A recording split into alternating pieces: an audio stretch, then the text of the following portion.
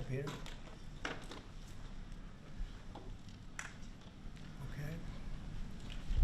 Thank you very much. We had a busy day.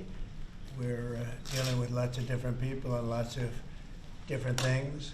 We had some terrific people in today and trying to solve some of the problems that are going on in the country and outside of the country.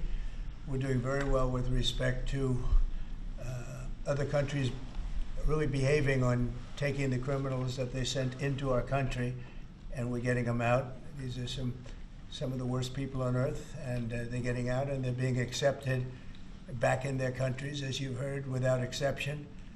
So a lot of people thought that was not going to happen, but it's happening very full force. And we're getting some very, very dangerous people out of our country, which is very important. Will, perhaps we'll go through the first one, please. Yes, sir. So earlier today, before the press came in, you signed a commission appointing Chris Wright to be your next Secretary of Energy. We have another commission prepared for your signature, sir. This is Doug Collins to be Secretary of the VA, Doug Collins of Georgia. Two very good men.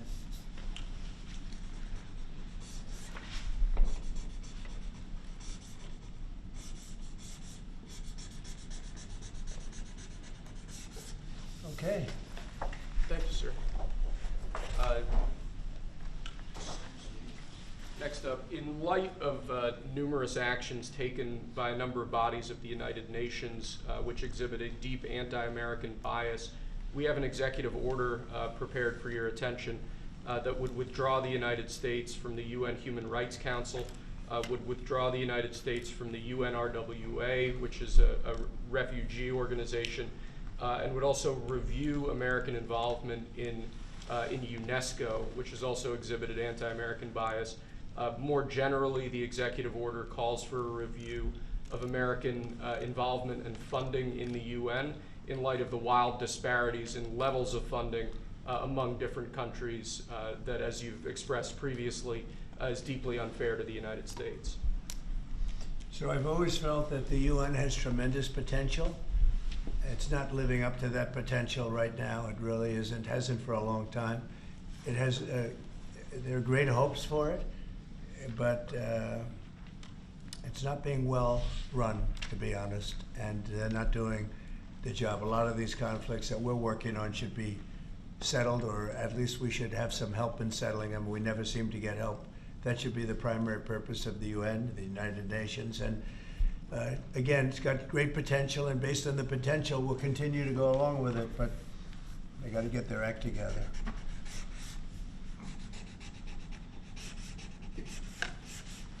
What would they need to do, sir, to get their act together? Well, you got to be fair to countries that deserve fairness. They have some countries, as you know, that are outliers, that are very bad, and they're being almost preferred as countries to those that do their job and are doing a good job, and they have to really, they're going to end up losing, a lot of countries, they're going to end up losing their credibility like other organizations, and then they're going to be nothing. The potential of the United Nations, and not everybody agrees with me on this, the potential of the United Nations is fantastic if properly run. So we'll see what happens. How much money are you willing to take away from that? Well, we're taking away a little bit, but we're not looking to take away money. This is so important that we're really, as you know, the United Nations is largely funded by us. But, and it shouldn't be, it should be funded by everybody, but we're disproportionate, as we always seem to be. But it's something that if it ever lived up to the potential, in 10 minutes it would make up the difference. That's the kind of power it could have. Right now it doesn't have that power. Next, sir, this is a national security presidential memorandum that seeks to impose maximum pressure on the government of the Islamic Republic of Iran. Many of these provisions are similar to actions that your administration took during your first administration. The basic idea here is to have every department and agency, or many departments and agencies in your government attempt to sanction and control Iranian activities, particularly relating to the Iranian nuclear program and the Iranian export of terrorism through support of various proxy groups abroad. And the intent here is to give you all of the possible tools to, I'd say, engage with the Iranian government to ensure that going forward they are less of a malign actor on the world stage? So this is one that I'm torn about. Everybody wants me to sign it. I'll do that. It's very tough on Iran. It's what we had before. We would have never had the problem. You would have never had October 7th. We would have never had the problem had the election gone a different way, which it should have. But this one, I think, more than made up for it. I think we're doing things, and it shows that more than made up for it, much more historic. The Iran situation, hopefully, I'm going to sign it, but hopefully we're not going to have to use it very much. We will see whether or not we can arrange or work out a deal with Iran, and everybody can live together, and maybe that's possible, and maybe it's not possible. So I'm signing this, and I'm unhappy to do it, but I really have not so much choice because we have to be strong and firm, and I hope that it's not going to have to be used in any great measure at all. It'd be great if we could have a Middle East and maybe a world at total peace. Right now you don't have that. When I left, you had peace all over the world, and now you have the world is blowing up. As you know, Bibi is coming in to see me later. Others are coming in to see me. We'll see what we can do. But I'm signing this, and hopefully it will be a document which won't be very important, will hardly have to be used. So what kind of deal would you be prepared to Well, make we're going to with Iran? see. I mean, we're going to see. They cannot have a nuclear weapon. With me, it's very simple. Iran cannot have a nuclear weapon. We don't want to be tough on Iran. We don't want to be tough on anybody, but they just can't have a nuclear weapon. Mr. President, are you going to engage in conversations with your counterpart in Iran? I would. Do you want to block the sale of Iranian oil to other nations? Well, we have the right to do that, and that's what I did before, and they had no money. They wouldn't have had the money for Hamas or Hezbollah and anybody else. It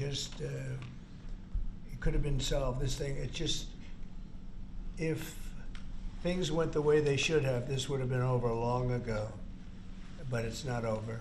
How close do you think Iran is to developing a nuclear weapon? I think they're close. I think they're close. They're too close.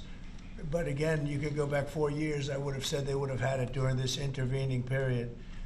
But they're pretty close, Peter. And why say that you're unhappy to sign it if it's Iran and their proxies who have threatened to retaliate against you and your team by killing you guys for taking out Soleimani? Well, they haven't done that, and that would be a terrible thing for them to do. Not because of me. If they did that, they would be obliterated. That would be the end. I've left instructions. If they do it, they get obliterated. There won't be anything left. And they shouldn't be able to do it. And Biden should have said that, but he never did. I don't know why. Lack of intelligence, perhaps. But he never said it. If that happens to a leader, or close to a leader, frankly, if you had other people involved also, you would call for total obliteration of a state that did it. That would include Iran. So I'm signing this, and it's a very powerful document, but hopefully we're not going to have to use it. Mr. President, if the Prime Minister today were to ask your help in striking at Iran's nuclear facilities to prevent the kind of progress towards a nuclear weapon, would you give him the green light? Would it, either to do it himself or for the U.S. to participate with him? I don't know that that's what he's going to be asking for. I have no idea that it is. You're telling me. We're going to have a pretty long meeting. We're going to be discussing a lot of things, not only that, but a lot of things. And I'll let you know if the time comes to let you know. But right now, that's not something that I can discuss. Mr. President, when you said if they do it, they get obliterated. Just to be clear, you're talking about if Iran made an attempt on your life. Yeah, that would be called total obliteration. And I can't imagine they do that. It should have been stated by Biden, but he didn't state it because he had no clue, as you know, as everybody knows. What is your vision actually for the relationship Do you with have anything Iran? else? No, that's all we have. My vision for For a what? relationship with Iran, and would you? what I'd do you love to think have a Israel good would- relationship with everybody. They can't have a nuclear weapon. That was the only thing that was very important. They can't have a nuclear weapon. Beyond that, it would be very tough if they insist on doing that. They have some of their leadership, I can tell you, right now, and maybe you know it, maybe you don't, but there are many people at the top ranks of Iran that do not want to have a nuclear weapon just for that very reason. Mr. President, what's your reaction to China's retaliatory tariffs? It's fine, it's fine. We're going to do very well against China and against everybody else. Right now, they've taken advantage of the Biden administration like I've never seen. I've never seen. The deficit with China is about $1 trillion. Think of it, $1 trillion. They're using our money to build their military. And Biden let that happen. You know, we're taking a lot of fires here. We came back. This is like a different place. The good news is we're doing very well. We're doing well with countries that nobody expected we'd do well with. We are respected again as a nation. Maybe at a level that people haven't seen for many, many decades. But when I left, we didn't have any wars. I defeated ISIS, 100% of the ISIS caliphate, and now the world seems to be ready to blow up, but we'll see if we can stop it. Mr. President, President, update Have about you when you'll speak to reached out President about Xi. any kind of Say deal? it. Have you reached out to the Iranians about any kind of deal to start those I would discussions? reach out. I mean, I have nothing. I say I'm one that doesn't care whether I reach out or they reach out. A lot of people say, let them reach out, sir. And that, to me, it doesn't matter. It's just talk. But I want to see everybody do well. I want to see great countries, and I want to see peace in the Middle East and elsewhere. We're also working very hard with respect to Russia, Ukraine. That's a bloodbath. It's a total bloodbath. What's going on there is incredible. What's going on with the soldiers, young soldiers being killed by the thousands. I mean, literally by the thousands. And we want to see if we can get that stopped. And I think we've had some very good talks. Any update on when you would speak to President Xi, sir? Any update on when you would speak to President Xi? No, we'll speak to him at the appropriate time. I'm in no rush. I'm in no rush. Do you- At the appropriate Do time. you think that conversation can lend itself to the type of freeze that it meant for the tariffs for Canada and Well, Mexico? we'll see what happens. I mean, well, there's a short-term freeze with Mexico, and, as you know, and with Canada. But they've agreed to be very, very strong on the border, stronger than they ever were by far, by a factor of about 30. And in addition to that, as you can see, we've been strong because we've had numbers like you've never seen before. I mean, the border is now closed, really closed. And with that being said, we're letting good people come through, and we want good people to come into our country. But the border is closed. in your President Trump, talks with Prime Minister Netanyahu today, do you intend to press him about how many deaths there have been amongst Palestinians? Are you concerned about that death? I talk about that too. You know, both sides mean a lot. I talk about that. I talk about the other side. I talk about everything. What's your main message to him today during your meeting? Well, I'm here to listen. He's here to see me, and I'm here to listen. So Will you President, continue not to much of a press? message. will At you the right continue- time, I'll give him my Mr. message. President, will you continue to press for this idea that Jordan and Egypt take Palestinians from Gaza? Yeah, I would like to see Jordan. I'd like to see Egypt take some. Look, the Gaza thing has not worked. It's never worked. And I feel very differently about Gaza than a lot of people. I think they should get a good, fresh, beautiful piece of land, and we get some people to put up the money to build it and make it nice and make it habitable and enjoyable and Somewhere else. make They it say a they home. don't want to leave, though. Palestinians say they don't want to leave. I don't know how they could want to stay. It's a demolition site. It's a pure demolition site. If we could find the right piece of land or numerous pieces of land and build them some really nice places with plenty of money in the area, that's for sure, I think that would be a lot better than going back to Gaza, which has had just decades and decades of death. Where would those pieces of land be? Well, if they those could Arab be in countries Jordan, don't want and they to? could be in Egypt, and they could be in other places. You could have more than two, more than one, but you could have more than two. And you'd have people living in a place that could be very beautiful and safe and nice. Gaza's been a disaster for decades. Would the U.S. pay for that? I don't think Contribute? I don't Would the think the United States UN would contribute? pay, but I think there's plenty of people that would in the area. They have a lot of money. They certainly have a lot of money. Some of the countries over there, they'd like to see it. I know that Saudi Arabia wants to see peace. I can see that. And many of the countries there, as far as I'm concerned, they all want peace. I think, maybe I'm wrong on this, but I think Iran would like to see peace too. They've had enough. Don't you think they've had enough? But the leaders of Egypt and Jordan have said bluntly they have no interest in doing this. Well, they may have said that, but a lot of people said things to me. They said they wouldn't take anybody back in Venezuela, and right now they're flying them right back into Venezuela. And a lot of people, and they're doing the right thing in Venezuela. The Panama Canal is an active discussion right now. They said things about that, and virtually everything that's been said has been incorrectly stated based on the result. Doesn't that amount to forcibly displace, or wouldn't that amount to forcibly displacing those people from Gaza? If I don't they think say so. they I think want if they had the opportunity, they'd love it. If they had an alternative to Gaza, they have no alternative right now. I mean, they're there because they have no alternative. What do they have? It is a big pile of rubble right now. I mean, have you seen the pictures of it? Have you been there? It's terrible to live. Who can live like that? And very dangerous. There's shooting all over the place. There's bombing all over the place on both sides. Now, I would think if they had an option of moving to an area, either in a large group or various smaller groups, and take care of the close to 2 million people, I would think that they would be thrilled to do it. They have no, when you say about the Gaza Strip, they don't have an option. to be clear, you're saying they'd be thrilled. Very dangerous. They'd be thrilled to leave Gaza. Oh, I think they'd love to leave Gaza if they had an option. Right now, they don't have an option. What are they going to do? They have to go back to Gaza. But what is Gaza? There's practically not a building standing, and they're very dangerous. You know, those buildings are shifting and they're falling down all over the place, and there's gunfire all over. It's going to be that way for a while. Mr. President, wouldn't it have made more sense to evacuate people while the war was ongoing rather than now when there's a ceasefire? Which is what you're talking about. When it was more dangerous when there were strikes overhead than now. Well, the strikes could start tomorrow. There's not a lot left to strike. Exactly. It's a demolition site. The whole place is demolished. It's unsafe. It's unsanitary. It's not a place where people want to live. Mr. President. Nobody's got.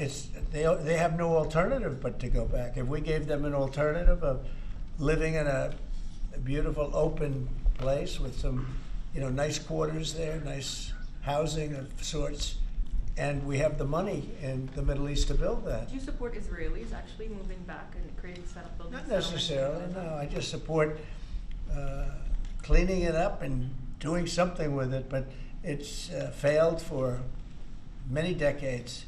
And somebody will be sitting here in 10 years or 20 years from now, and they'll be going through the same stuff, the wars.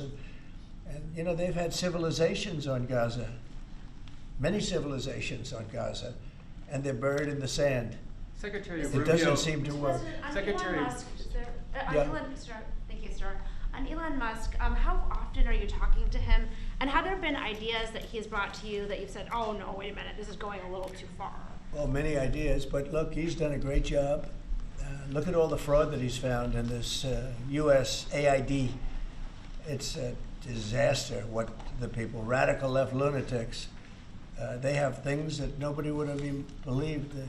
The whole thing with $100 million spent on you-know-what, with money going to all sorts of groups that shouldn't deserve to get any money, with the money. I'd like to see what the kickbacks are. How much money has been kicked back? Who would spend that kind of money to some of the things that you read about and I read about and I see every night on the news and every morning when I read the papers?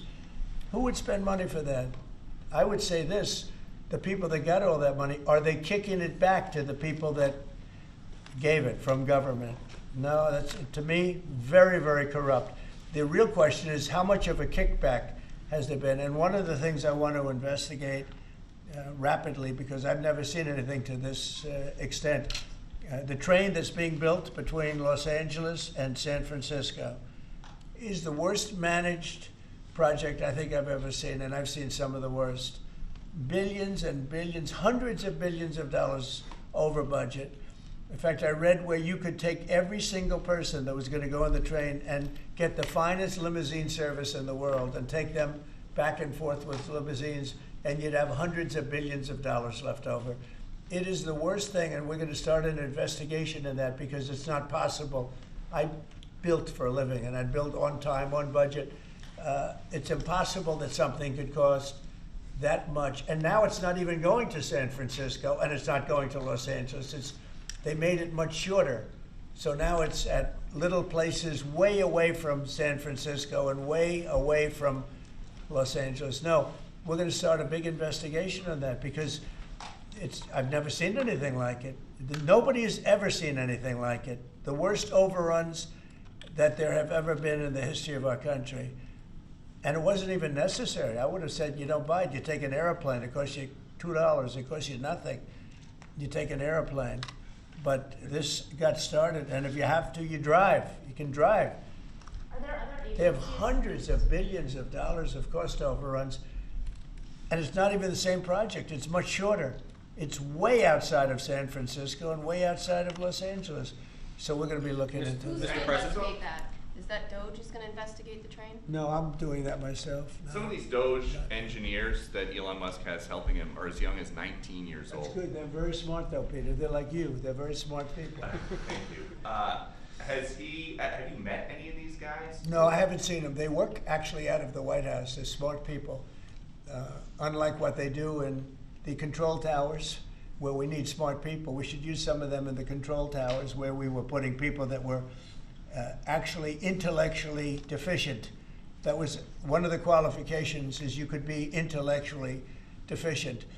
No, we need smart people. Some are young and some are not young. Some are not young at all. But they found great things. Look at the list of things. Maybe I'll do it tomorrow. I'll read off a list of 15 or 20 things that they found inside of the USAID. It has to be corrupt. Nobody could approve that. They could only approve that if they were getting kickbacks. And you're talking about hundreds of millions of dollars. And it sounds like you're going to wind down USAID.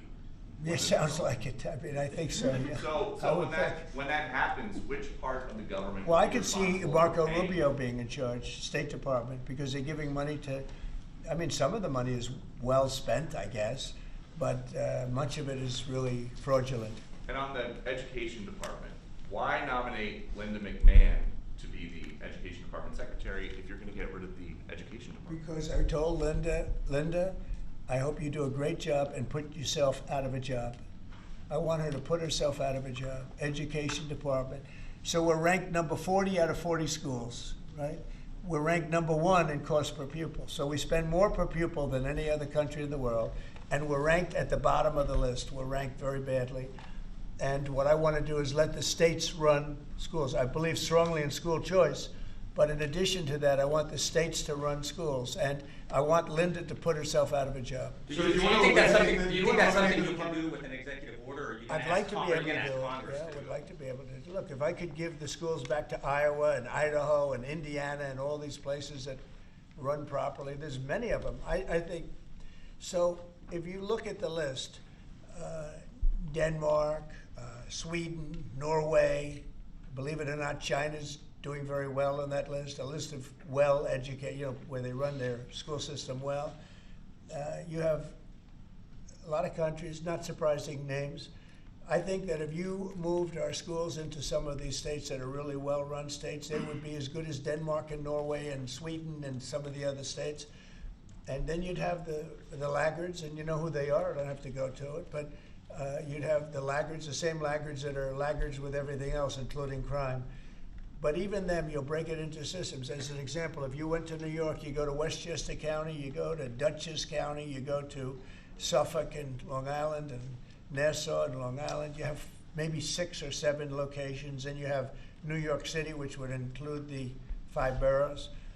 And I think even that would run much better than it does right now. Same thing with Los Angeles or California. You'd have Riverside. You'd break it up into 6 or 7, but most of them would be states, and you'd have one. Like in Iowa, you give it to the state of Iowa. You give it to the state of Indiana. You give it. These are really well-run states. They don't have debt. They don't have problems. They don't have any crimes, relatively speaking, to speak of. And you would have education that would be the equivalent of Norway and Denmark and various other places that are at the top of the list. So we're at the bottom of the list, and we're the most expensive. We're at the top of the list when it comes to cost per pupil. We spend more money per pupil than any other nation in the world, and yet we're rated number 40. The last ratings came out, you saw them. So they talk about 40 countries, we're rated number 40.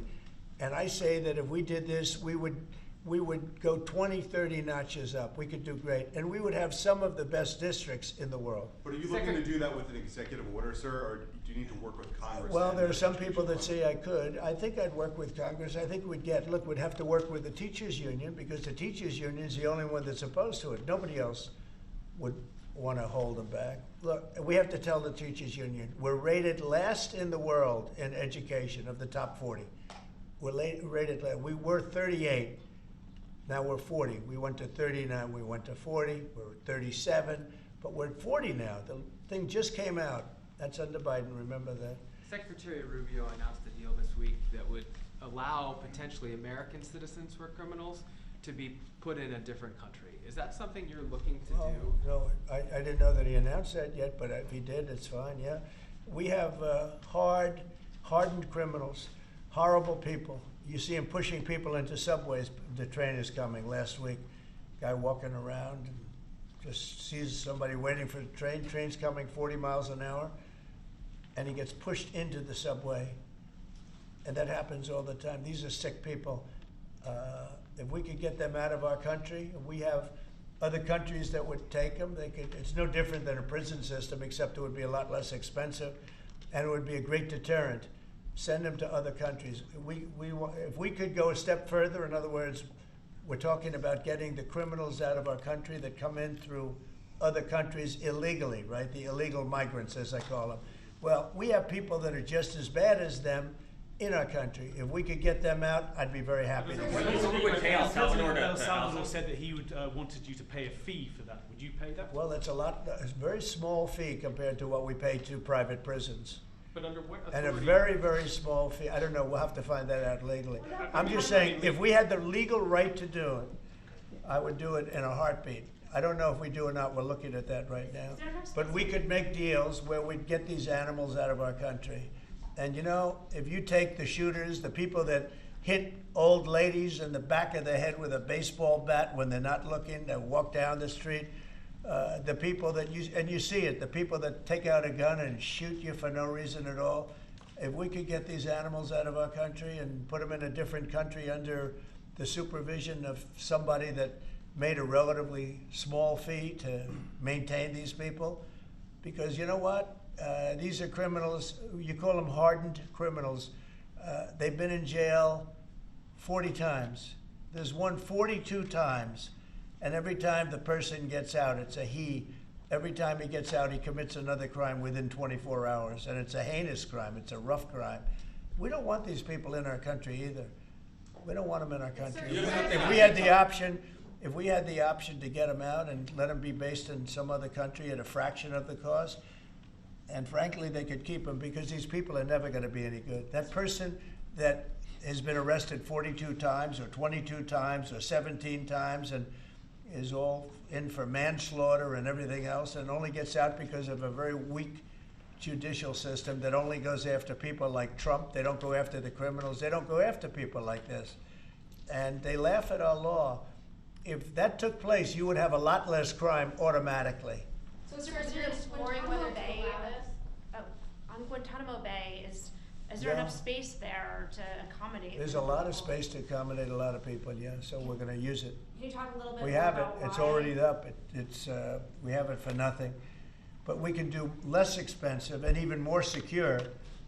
We've had other countries come to us saying, we would love to do that. We would love to take your criminals and we'll maintain that. We'll be their jail. And I'm only talking for the most severe cases. Like, I watched that guy on tape pushing the man into the subway last week. That man that did that is a real bad guy. Many, many arrests.